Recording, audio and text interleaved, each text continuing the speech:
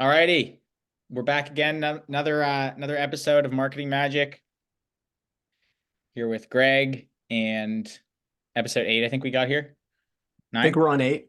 We're in the 8. single digits. Yeah. So we're getting close to that top 1%, 1 percentile.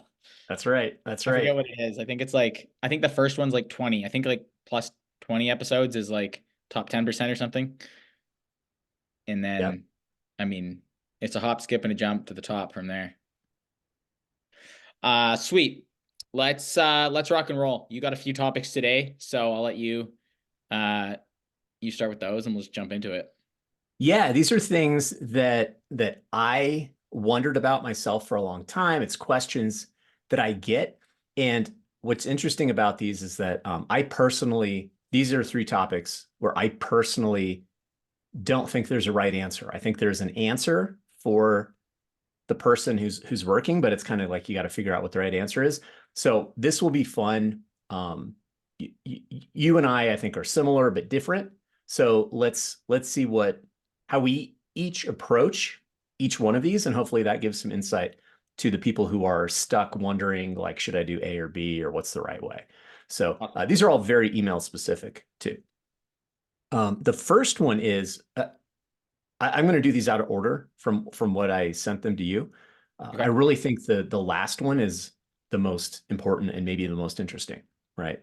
Um, the question is, what's your process from start to finish when you're writing an email, right? Do you light a candle and then take a cold plunge and then slam some ashwagandha smoothie and then meditate for 20 minutes before you get into it? Or are you just banging it out on the fly? There's extremes here, right?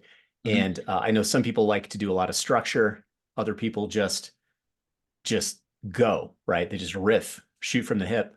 And I'm going to start there. Like, what is your writing process to kick out an email for yourself or for a client, start to finish?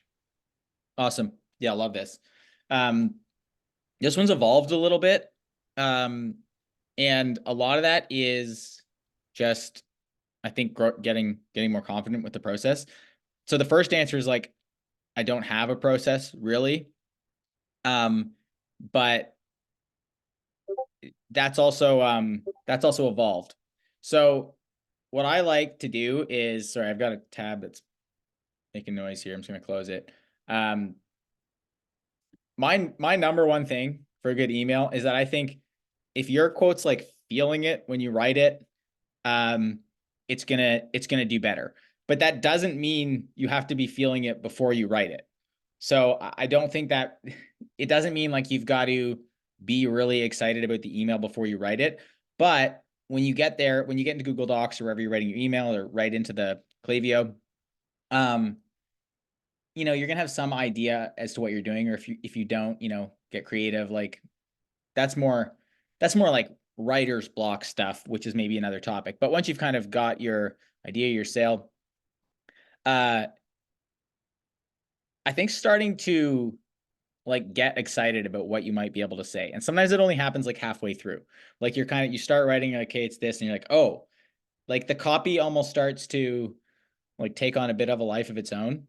Um, at least that's something that's happened for me. I think that does take practice just to just to kind of see it through, just to even um get into that state where you're like, okay, now I can, take it this direction or that direction. Um, but my process is basically allowing myself to get excited about the email. And part of that is focus. Part of that um, is just starting it. Sometimes it's an idea. Sometimes it's a headline I see, or it's a situation, or if it's relevant, to the topic, it's a little anecdote. But typically, getting excited about the email is kind of like my number one mode of operation. It doesn't always happen. It probably happens like 70% of the time. Sometimes you do just need to send an email and it's not going to be perfect. And that's the amazing thing about email is it's very forgiving. You don't necessarily have to kill it each time. But I believe, and I don't know if there's any like science or anything to this, that if you feel emotions when you're writing the email, I think that translates like almost through the page. So I'll stop there. Cool. I like that. I think mine's similar. Um, there's a little bit of structure around me getting excited about an email. I found that helps a ton. So if I just sit down and in front of a blank screen and I'm thinking to myself, okay, I have to write this email. It's usually it's usually hard, right? And the email may not be my best work. But if I am doing something else throughout my day, and then I get this idea, like I'm thinking about topics and things while I'm doing something else, and all of a sudden, boom, I have this awesome idea for a campaign or a promotion or a series that leads up to something like a pre-launch or something like that. Then I jot down my idea, right? I might like have a physical pad and paper, or I might shoot myself an email, or I've got like a notes app on my phone. So I record the idea, right?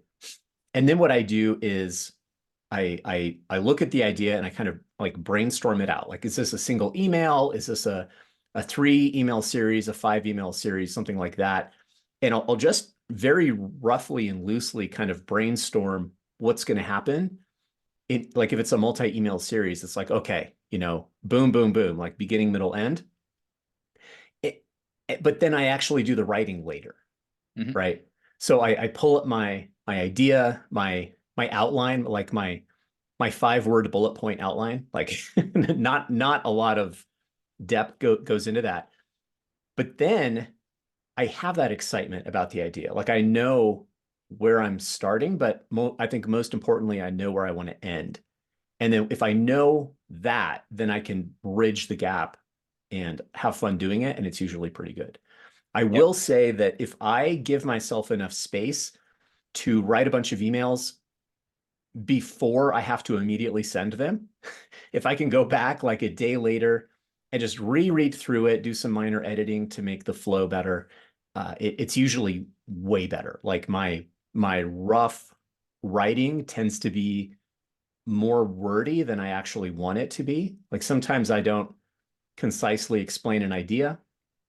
The way it comes out of me at first is not the best way to convey it. And so if I see that 24 hours later, I'm like, I just minor edits that make a massive improvement in the quality of what I put together. So that's kind of my thing. So what I try to do to be able to keep a consistent flow of content moving, because I'm writing more than 1 email a day right now between all the things I write for, Mhm.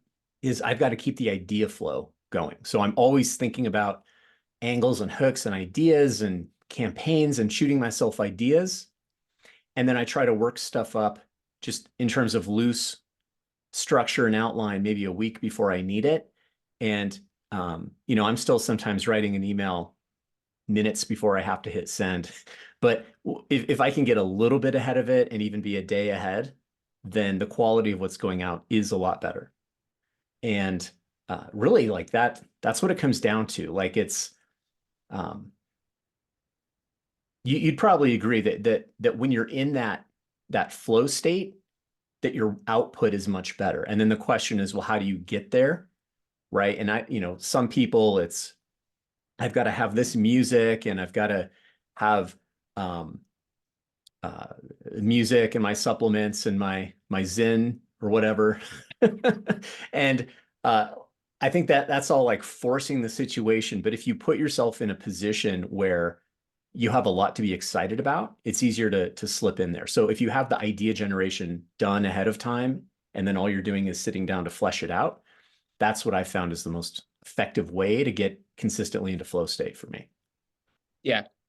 I like that. I just want to add one thing, and this might sound like a lot of this might sound kind of vague for someone who's looking for like tactics, but it does really make a difference. It's like if you're not, if you're always just in a little bit of like, this goes to marketing as well, but just in the mindset of what ideas are flowing, what am I interested, what am I feeling? Like you'll get an idea for an email and you can bring that into that writing session or whatever. So if Mhm. you if you box it off like it's just email, I think that can be harder to set yourself up for an exciting like email, so to speak, or getting excited about it. But if you're going through like your life or your business and it's kind of all potential ideas for content, like you said, the idea generation is easier. And it's easier to put that onto paper as opposed to trying to like create an email. So I agree with you. And in terms of logistics, like I have probably a dozen draft emails, like half written about a particular topic or idea. And so if I ever sit down and it's like, oh my gosh, I got to send, it's like I've got something scheduled to go out in an hour, nothing's written, not quite sure what I'm going to pull from, I can pull one of those up and flesh it out in 20 minutes if I need to. So I've got a backlog built up so that even if I'm in not a very creative state, I can still put something together.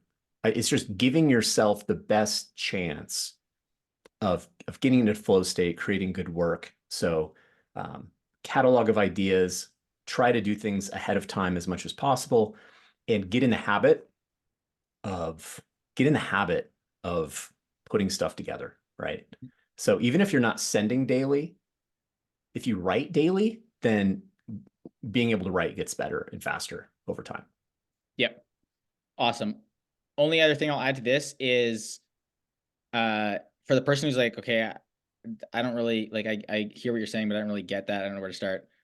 I get that because especially if you're doing client work, sometimes this can be like, it's like, well, I don't know if I feel this or whatever. So I made this little guide. I'm going to link it below. It's like super practical. It's like the opposite of my answer because there was a time when I needed that more. And it's like, okay, what is the structure of an email? How do I piece this together? How do I get inspiration? And it's like I call it a course. It's like 6 minutes long or no, I don't know, 10 minutes long. And it's like, okay, come up with your headline, like your interest, desire, action. Fun idea here, find an example here, boom, boom, plug it in. And it's like, that's going to be like a 70 out of 100. Like that'll get you there. So I'll link that below for the more practical. That's awesome. Yeah, I think templates can be super helpful for people who are starting out who don't have a system or a flow down.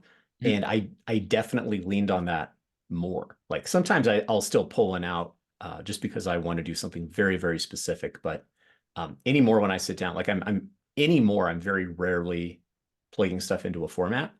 But Yep. it's such a good tool to be able to start. It's like, start out with paint by Yep. numbers, Yep. and you'll end up doing, whatever, Picasso down the road. But it's hard to start with Picasso. Yeah. 100%. 100%.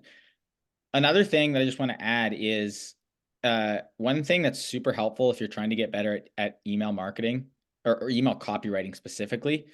I, I I believe it's called the turn, and it's where you go from a story in an email to the pitch, essentially.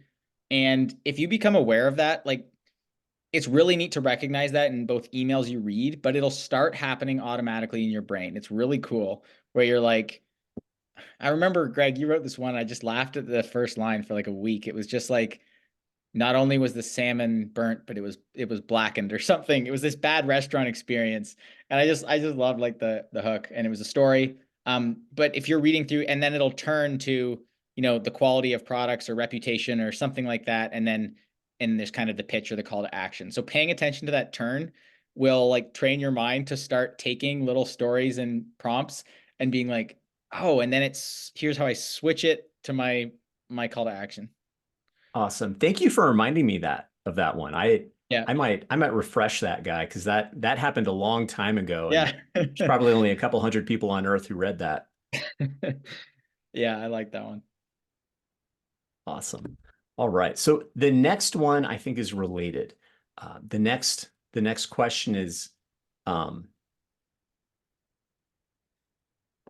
let me pull them up. We've got two left. Which one makes sense to do next? Okay, yeah. So we just spoke about our style for writing a particular email, but how do you prefer to think about email marketing? Because some people are all about automation, like they create this massive structure and use logic to send people through for different situations at different times. And automation can be really valuable in e-commerce, right? I follow Jimmy Kim, the founder of Sendlane, and he's really smart about how to send the right person the right message at the right time. And a lot of that is automated. Like people are having different experiences. But there's also something to be said for just organically like writing an email, sending it out, have it be very relevant and topical. Like you can refer to things that are happening, right? You can make it highly, highly relevant right now to the largest number of people.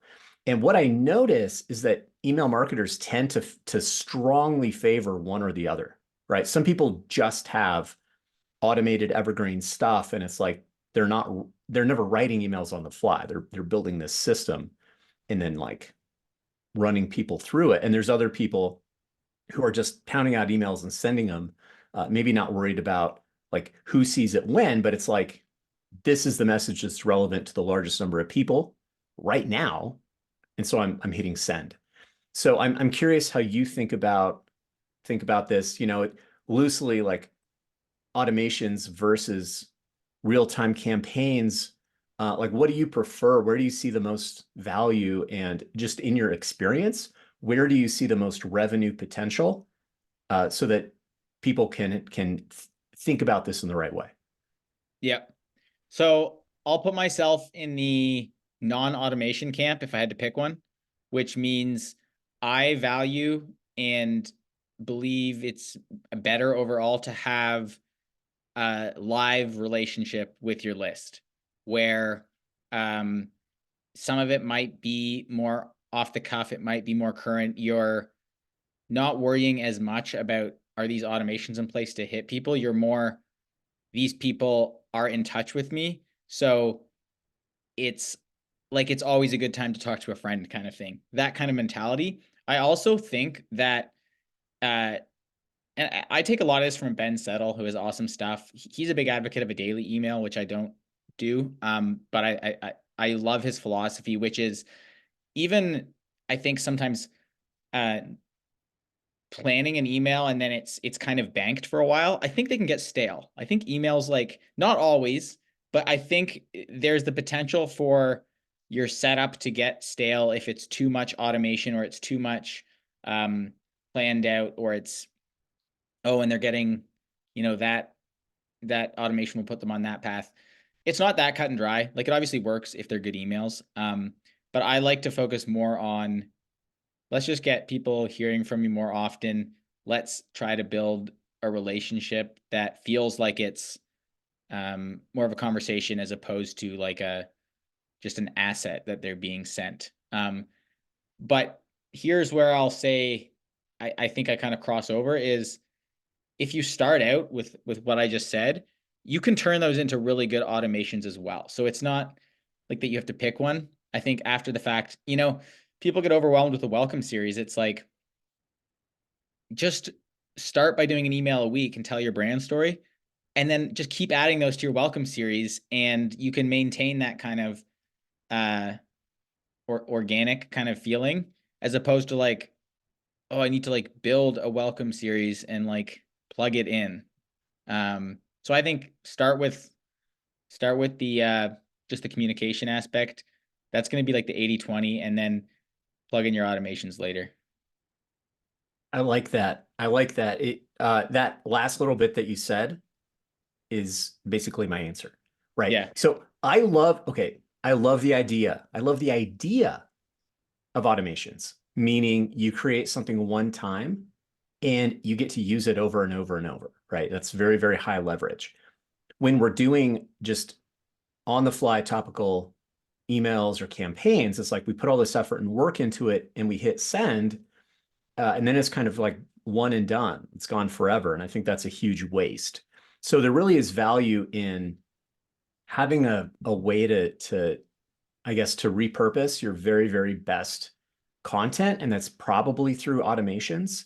Mhm. But I also think it's really dangerous to sit down and say, okay, I'm going to build this automated thing that does XYZ. That's And what then it is. Yeah. you like flesh it out and you plan it out and you spend all this time and you turn it on and it doesn't work, right? It Mhm. doesn't hit, it doesn't land.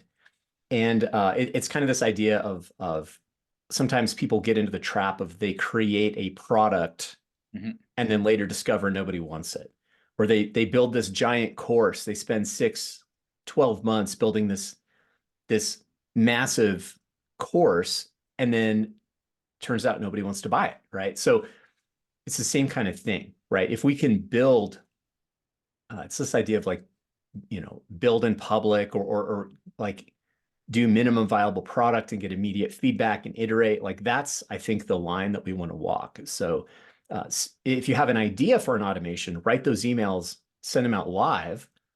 And if it works, plug them into one automation. And if it doesn't, then fix them and then plug them into an automation. So Mhm. I that's kind of how I do this, how I strike the balance. Um, and you just gave me an idea. Like I recently, I was going to create. So I love the idea of an email delivered course or an email delivered training, and I was building one. And then I was like, okay, I'm going to build this thing, and then I'm going to be able to sell the course of how I built the thing. And but then I found this course about email courses that was at maybe 1/10 of the price point as what I thought I was going to charge. And I signed up for this thing and I took it, and I'm like, this is way better than what I was going to do. And it's like 1/10 of the price. So I actually scrapped my idea of doing my own course for this because I literally can't do it as well as this one that I bought. And I'm like, they should charge way more for it. But it's it's the outline of the structure, but I think the content itself you need to do in real time to make sure that it works, right? Mhm. Don't waste the time building a system before you know that it works. So it's like the right way to do this, in my opinion, is to send them out live, and then when you know that they're awesome, then automate it so that you can reuse that asset over time. Yeah. Dude, this is so relevant to like a lot of different things in business and in this space that we're talking about. The first thing that popped up in my mind was I've heard people talk about this with tweets, that you can schedule tweets. Like Tweet Hunter is like this thing where like write your tweets, schedule them. And it's like, okay, and like yeah, it does work and there's a lot of great features in there, but sometimes just writing the tweet off the dome, like off your head, and then like sending it, like people talk about those ones sometimes being the ones that hit better. And I also I'm just starting to get experience with this with more like social content as well. It's kind of like, oh, I'm gonna batch like 30 short form videos. And it's like you can do that and like it can work for sure. But sometimes if you get the thought or idea for something and you just like rip it off like right there, there's once again um that kind of like vibe comes through, and those ones sometimes do better. The other thing, when you what you said there, reminds me too a little bit about even launching a brand where you can put a ton of research and R&D into this like product that's going to be really good. It's going to take a long time to get the first batch. It's really expensive, but like it's going to be really good, but there's just like there's less back and forth between you and the customer about how they're feeling about it.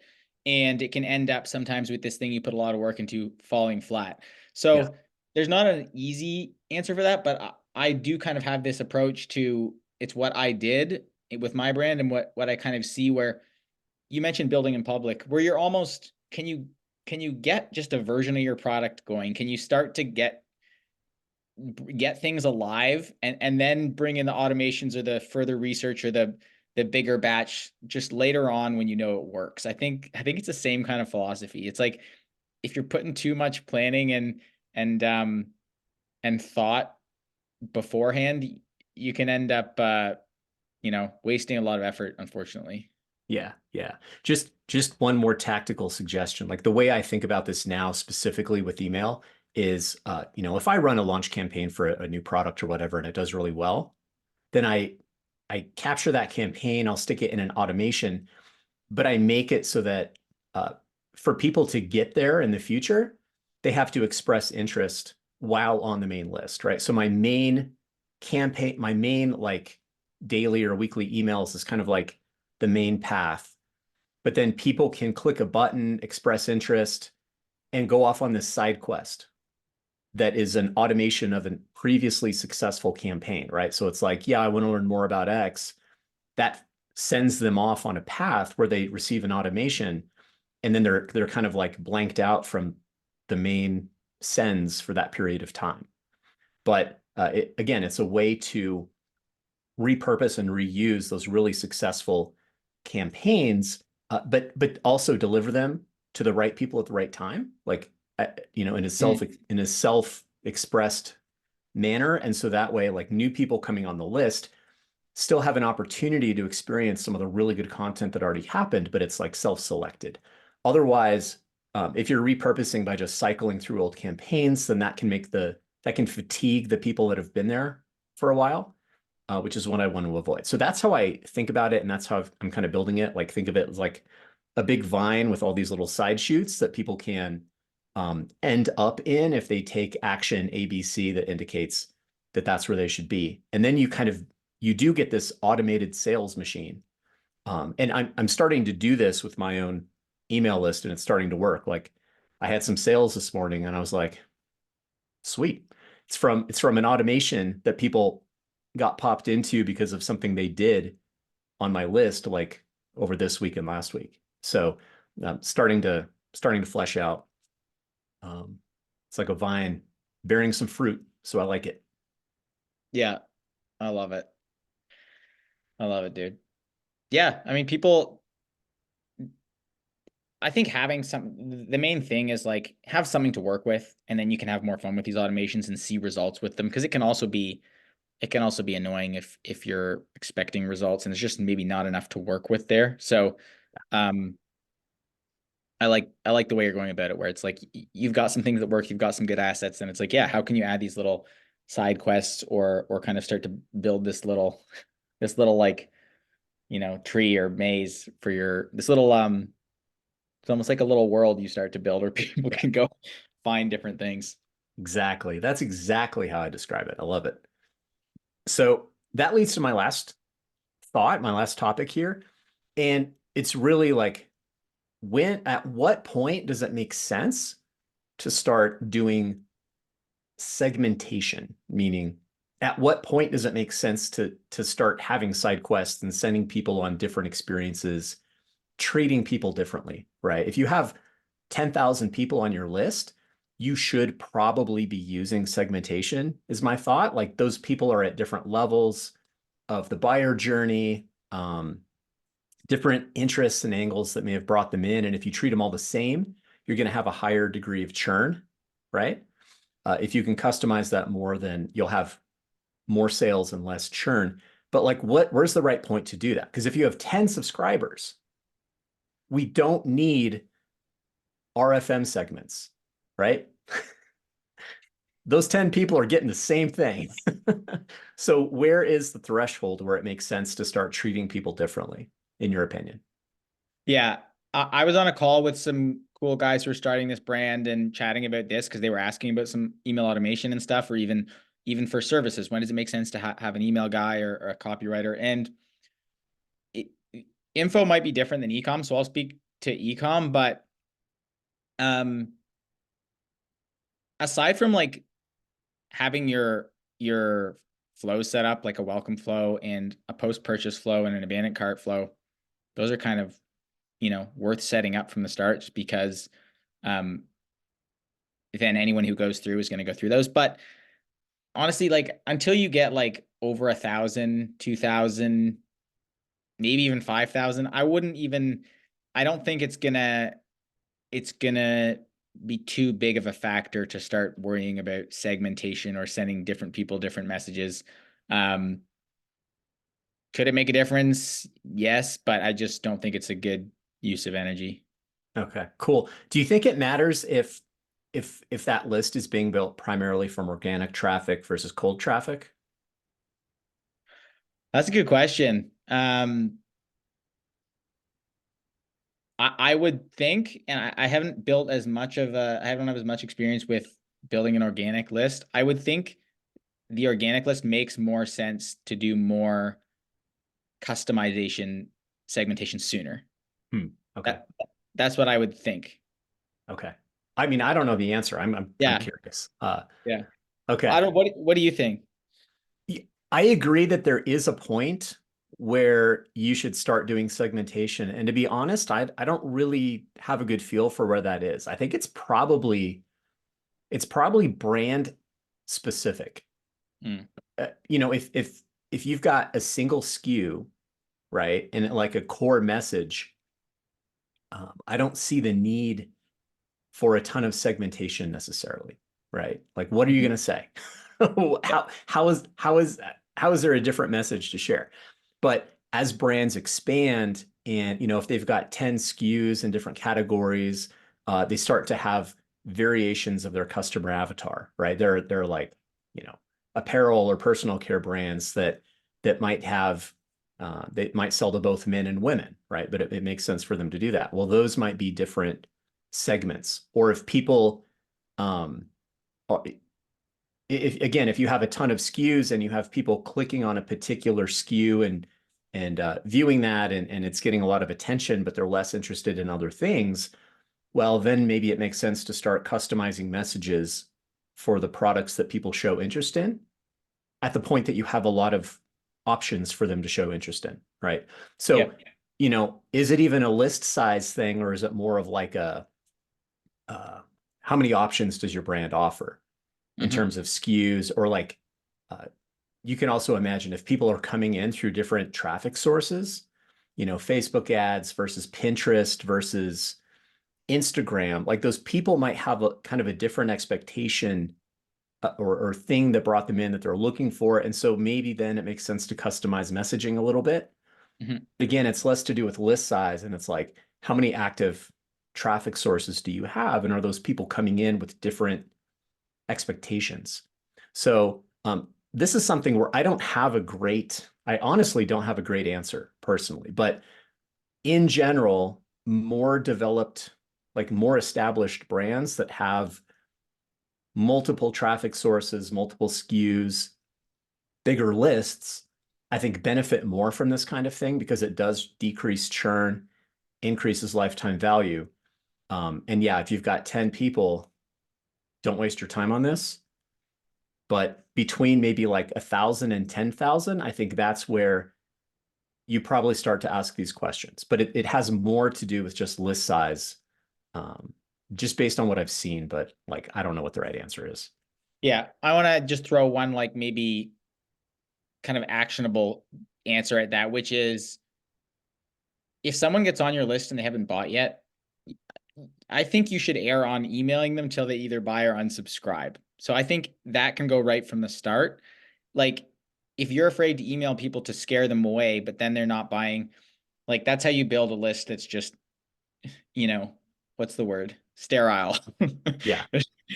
So I'd be curious, just quickly, your opinion on that, because I think, and what I do is push people pretty hard if they've subscribed, and if they want to leave, that's fine. But I mean, having a bunch of non-buyers on your list doesn't really help you out. So Yeah. Yeah. I think make them I off I often. definitely agree if the list is like if the product line is an impulse buy ecom type Okay. items, right? It's like you should not need a 6 month sales cycle to sell a $30 Right. product, right? So yeah, like either buy or get off the pot is kind of how I think about that. But I like to give them, you know, 30 days, 90 days. It kind of depends on the brand.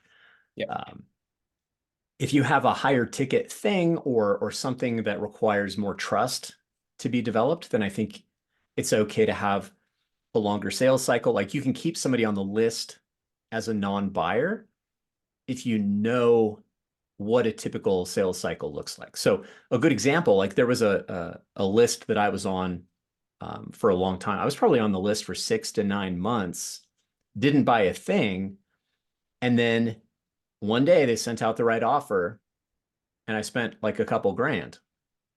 Hmm. They're probably really happy that they kept me on the list that long, right?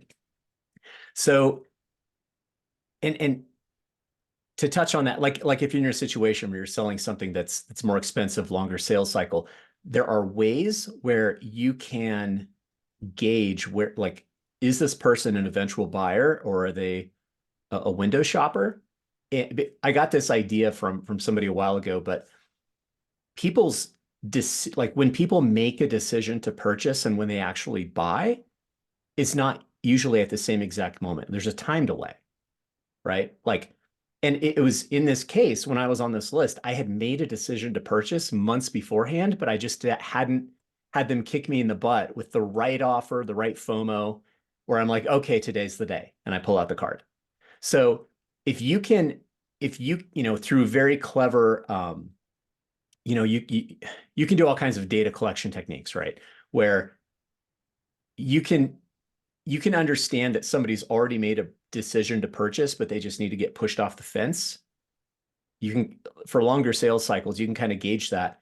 And again, that might be a relevant segment of people who are they're tight in the funnel, they're going down the line, and like those are the people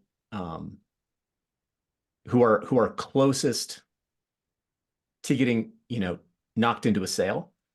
And you might want to treat them differently than very, very cold leads who still need to be warmed up more. So I guess that touches on this whole thing. Like if you have a longer sales cycle, then maybe segmentation also makes more sense because there's very discrete points in that buyer journey for people versus a $30 impulse buy.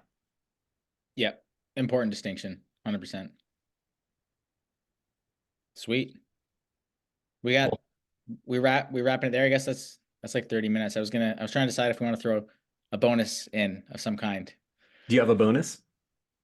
I do, and it's not necessarily related to email, but uh since last week I've been posting daily videos, and I've just been fascinated by uh it's like buying tickets to a lottery, kind of. Like you just keep buying a ticket, and I had another TikTok pop off, and uh it's wild to see. So use at own risk, but it's a fun experiment to do, and it's very low effort. On that same note, if you start doing that daily, that might even for some people be easier than writing an email daily. But here's the cool thing. Those 60-second videos are emails. So there you go. It's a way to get you into that excitement. It's even a way to get feedback for free that you could then maybe plug into your email marketing. So that's my little make your content plug. Nice. I like it. I like it. The only thing I have is that email course that I mentioned earlier. I thought it was so good that I went and signed up for their affiliate program. So Nice. I think that my link for this video this week will be a link to that course, which I think is the best course on how to create an email course that I've ever seen. And honestly, it's super cheap. Like there's a discount associated with my affiliate thing, but it's in the ballpark of like $100. Is that Dicky and No, this is, dude, I think this is the course that they based their course on. okay, wow. Yeah, because when you know when I did their like 5 day free whatever that leads to their high ticket thing, and you know they use this idea of the fast forward button, right? Instead of getting daily emails, you can click a link and get the next email right away, but in between there's a landing page with more content. The course that I'm linking to is the course that explains how to do that, how to set it up. And Dickie Bush is on this guy's page as a testimonial for his course. Oh, cool. So, dude, they based their structure on this guy's $100 course and they built something that they're selling for like multiples of that, right? Yep. So, this is like the OG and it's in the $100 price range with my link. So, I'm happy to share it and endorse it because like I bought this. I paid money for this and took it and I was like, holy shit, this is better than what I could build. So I'm not going to build. I'm just going to tell people to do this one. Nice. Nice. Love it. Awesome. And I'll link my little free email thing as well if people want to check that out. But that is a wrap. We will see you guys next week.